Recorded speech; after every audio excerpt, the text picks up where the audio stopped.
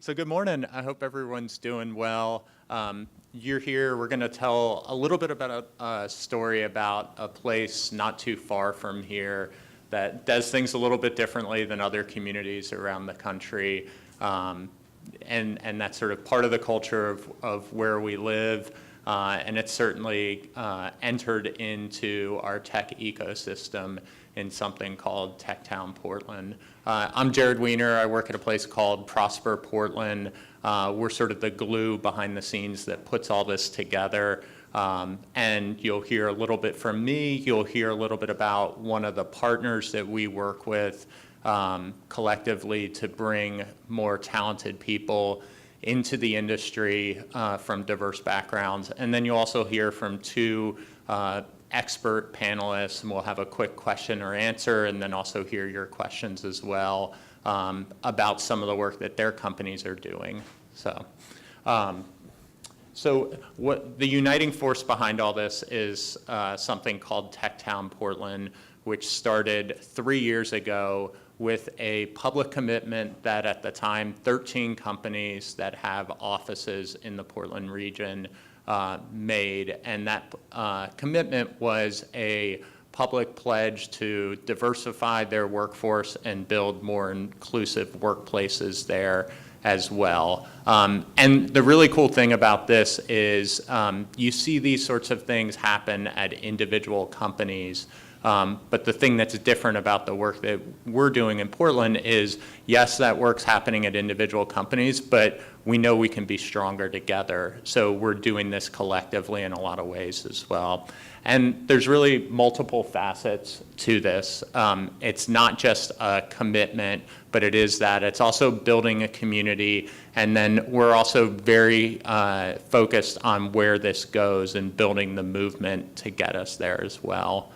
And so what it is there's sort of 5 core tenets around the pledge, and there's actions that individual companies are making as well as collective actions that are happening around the pledge. Partnerships is a big piece of this. I mentioned that it was 13 companies originally. It's now 25 companies employing nearly 3,000 people in the Portland region.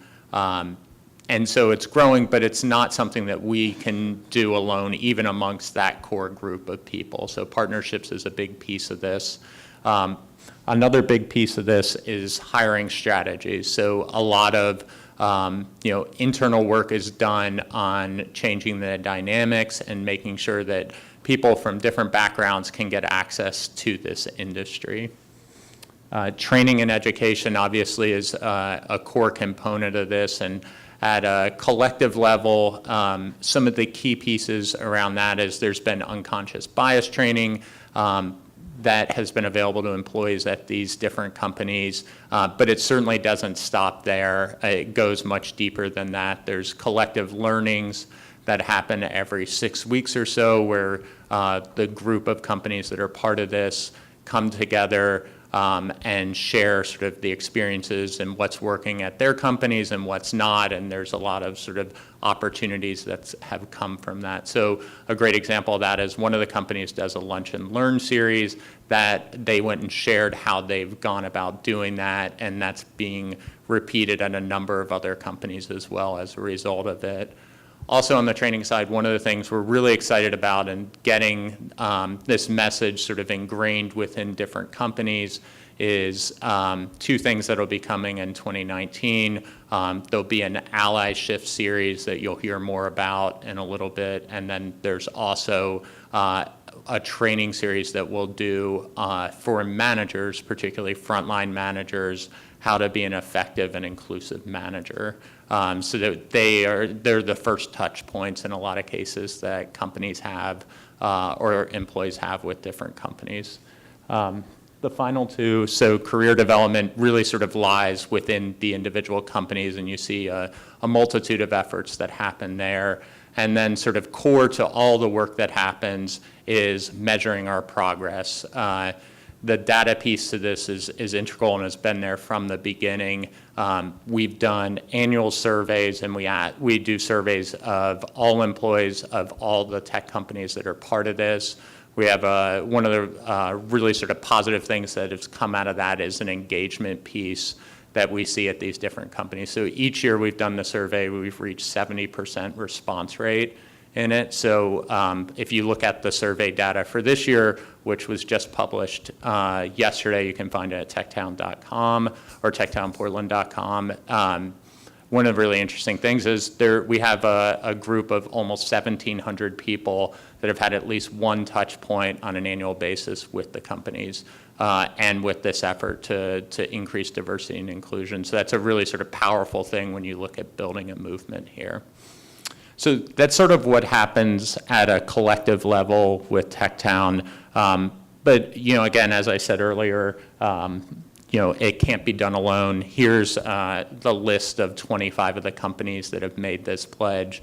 You'll see a lot of our local startups, including Jama Software, Puppet, and then companies like AWS Elemental. AWS acquired one of our startups. And then you also see multinational corporations like Jaguar Land Rover that are on there. This runs the gambit of small startup from companies with 10 individuals all the way up to larger organizations that have tens or hundreds of thousands of employees at their companies. And it's, again, not just those companies, but it really is partnerships. And one of the partnerships we wanted to talk about briefly is an Emerging Leaders Internship program. And Catalin Wong is going to talk a little bit about that program and her experience personally with it. Kat? Cool. Thanks. So my name is Kat Wong. I'm the marketing coordinator at AWS Elemental, and I started my career with the company last year as a summer intern from the Emerging Leaders Internship program as a marketing analyst intern. So the Emerging Leaders Internship program matches underrepresented college students or recent grads with paid internships at Portland's top companies. A little backstory on me, I recently graduated from the University of Portland in May with a degree in marketing and minor in communication. I moved to Portland almost 4.5 years ago, which is crazy. So yeah, I heard about this program. Well, okay, this is gonna be a story partially of a transformation from stressed college student, which is classic, to employed recent grad, which is kind of the point of the program, but I also really want to emphasize the social importance of this program and programs like it, creating a diverse pipeline really early on with young people of color and other minorities. So picture this, I'm a junior, it's the second semester of my junior year, and I'm freaking out because I don't have an internship for the summer, and I need one for credit to graduate. And I had done internships before that, but they didn't count because they needed to be in that specific period of time. Weird. And adding to my stress, some of my peers who had already secured internships, they had done it through like their parents' network, but I just didn't have that. I was new to Portland. I don't have family there. And so I went to my career center at school for advice, and the woman there told me that this program was really successful in its first year, and now it's in its second year, and they're looking for people like me. And I was like, cool, marketing students. Right, yeah. So I started the application, and then I realized, oh, it's for minorities. That's cool. So 609 people applied, 271 advanced to group interviews where we were assessed for our like emotional maturity and readiness to be in professional workplaces, such as the companies that participated, and 86 people got placed with internships through the program. 93% were people of color, and 60% identified as women, which is great. So moving on to the really social importance of it, So I don't know if any of you have been to Portland, but it's a really white city, and it's pretty obvious. And business leadership is overrepresented by white males, and their networks are going to tend to be people that look like them. So it's really important for companies to take the initiative and reach out to a diverse pipeline in order for that cycle of white male leadership only to stop. And what was I going to say about that? Well,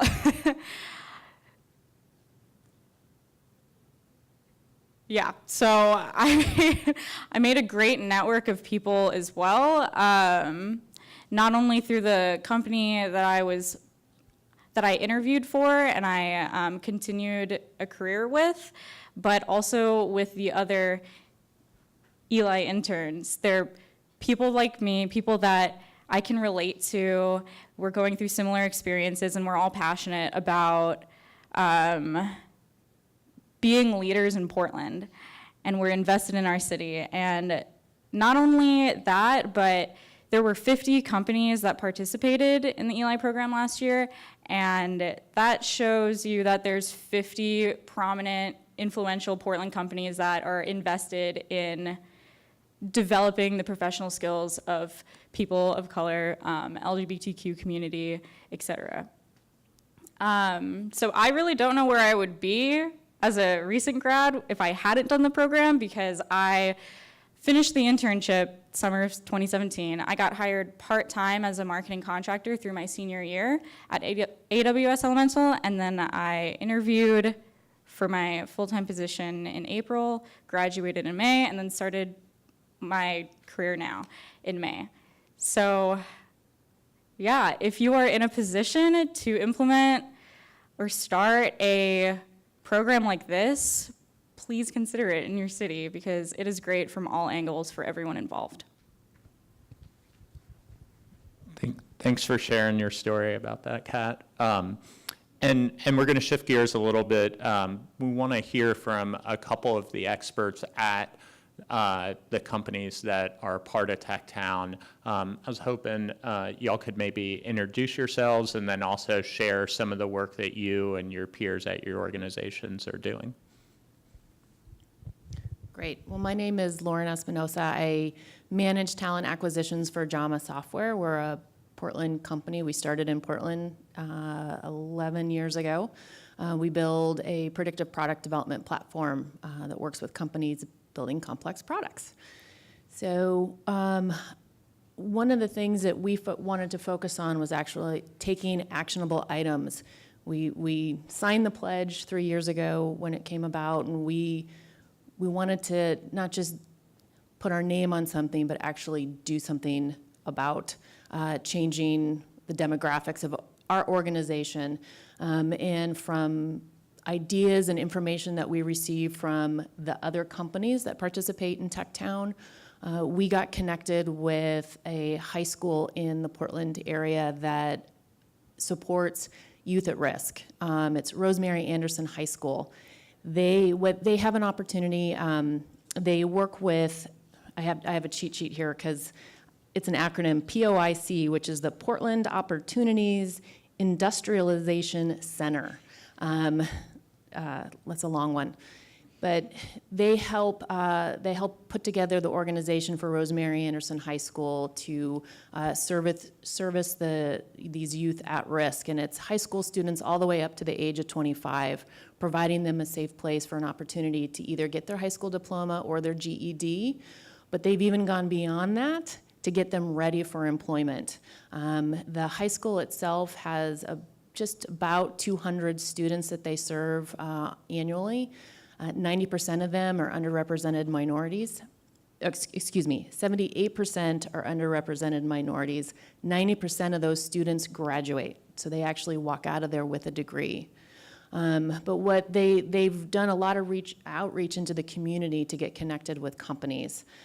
So we got connected with them to not just provide financial support to this high school, but what else could we do? We have a lot of employees that want to get involved, want to share their experience as well as share their knowledge to youth coming into the workforce. And so they have mentorship programs, they have robotics club that they're looking for experienced individuals to help with, as well as an internship program. So we wanted to basically do whatever we could, and we have employees across the organization that are helping with all of those.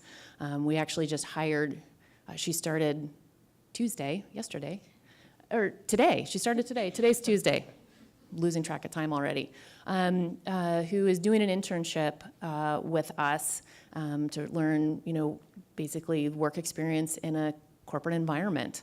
And so excited to, again, just bridging that gap, making sure that we're providing opportunities for individuals that may not have opportunities to get connected with a technology company, to understand what it's like to work there, understand that it's not a scary place. Everyone is welcome. Everyone has opportunity to contribute in an organization like this. So it's another way for us as a company to get back to the community, but also help generate the future generations coming into the workforce. Thank you. Hi, everyone. I'm Jenny Berkedal. I work at Puppet as the Director of Global Talent. And my journey with TechTown is a little bit different. I actually just started with Puppet about a month ago. And before that, I was at a small software development agency with about 50 people, and I was in a role, as they say in tech, that wears many hats. So my job title was Director of Employee Experience, but it encompassed all people operations, and one of those functions being DE&I, which I really lacked a lot of dedicated time, but also just resources, because we're an unfunded tech company. So when I joined, or when Metal Toad joined the Diversity Pledge, it was really, there's so many companies like Puppet, like Jama, like AWS Elemental, that have dedicated folks in these roles. They have the commitment from their CEOs, and they have a lot of funding, and we can learn from them, and we can partner with them and really benefit. So there's a lot of these collaborative efforts, which was kind of like my entrance into Portland tech scene as well, which is really, talk about inclusion, like this great sense of belonging to something that's greater than your own company in order to try to make a difference. My first introduction was through a program called PTIX, which stands for the Portland Tech Internship Experience.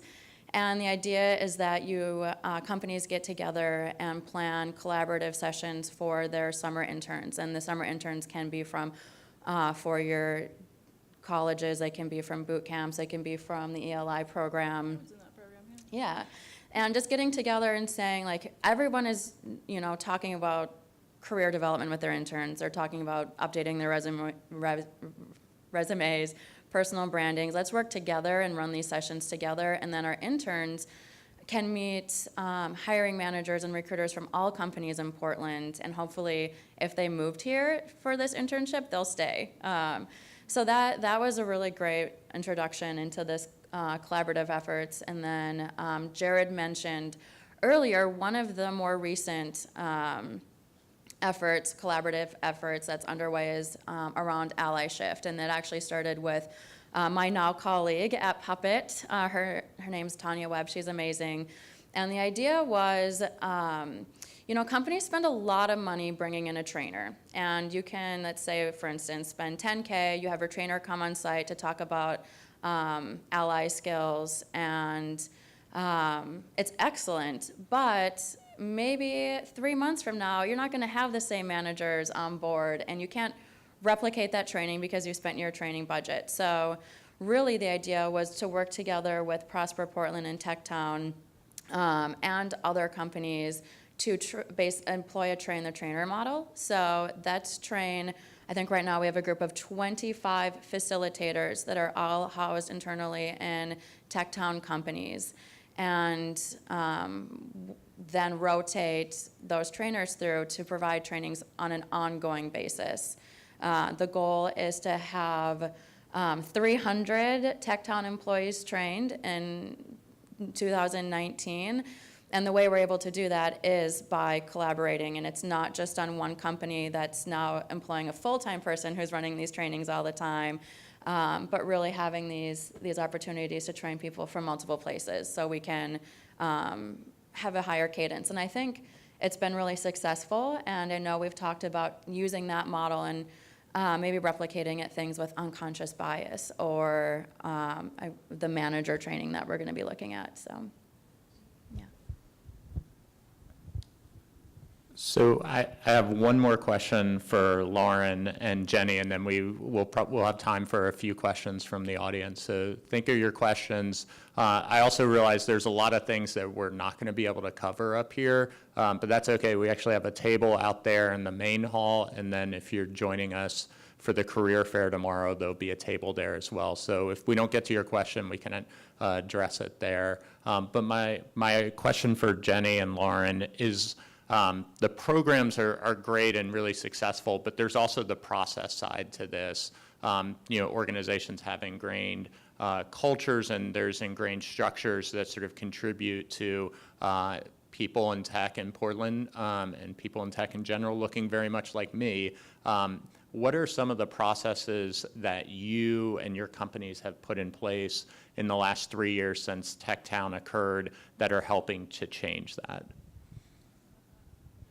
Yeah, so something that we've addressed at Jama Software is just more process. We don't all love that word process, but really if we put more process and structure in the way that we hire and the way that we interview, hopefully we can eliminate some of the unconscious bias that tends to happen within that process. We've definitely seen an uptick. When I started at the company almost 4 years ago, there was one woman in engineering out of a 20-person engineering team, and very few underrepresented minorities as well. So one of the things that we wanted to focus on was how could we increase diversity within specifically the engineering organization. We understand the importance of having a diverse team, but how can we make sure that we share our presence within the Portland marketplace as an inclusive workspace so that we can increase that. I'm happy to say that we have, and in the last 3 years, we've increased to almost just under 30% of our engineering team are women, and we have about 20% which are underrepresented minorities. Still a work in progress. We'll get there. But definitely just putting more structure in place, helping guide the conversations so that our interviewing teams understand what they need to focus on when they're in the interview process, and having the structure so that they have it right in front of them and they don't have to necessarily overthink it. Just focus on performance and what somebody is going to be able to do at the organization. It seems to have made a difference. I think that was pretty much everything I was going to say. It's just embedding it in every process. And when we look at our learning and development trainings for hiring managers, for interviewing skills, making sure that that inclusion and diversity is at the forefront of all those conversations. And I think being new into an organization, it's also really nice to use that opportunity to have like a fresh lens and think of things like new hire onboarding. And when we go over our benefits, like it was interesting, like we never went over mental health benefits. And that is something that while I was just recently going through, I was like, everyone has new people start at their companies, on some cadence, and it's an untapped resource to really dive in. We talk a lot about new hire experience, but talking about how their sense of belonging when they first started, and then what were the questions that they were too embarrassed to ask in a group forum, and how can we start proactively providing that information around accommodations or mental health. And so that's the only thing I can think of that I would add. I think we have time for a couple questions if folks have any in the audience. Sure. I'm curious when it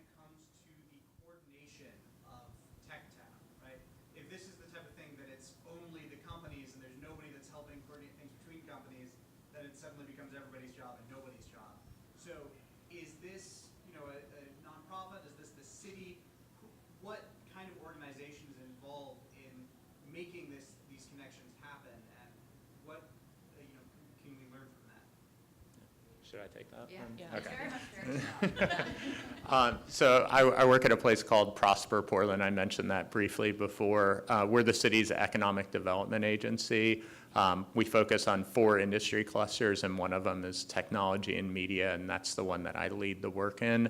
And my work is nearly 100% of it is devoted towards Tech Town Portland and supporting the companies, and then also spreading those ideals into our larger community as well.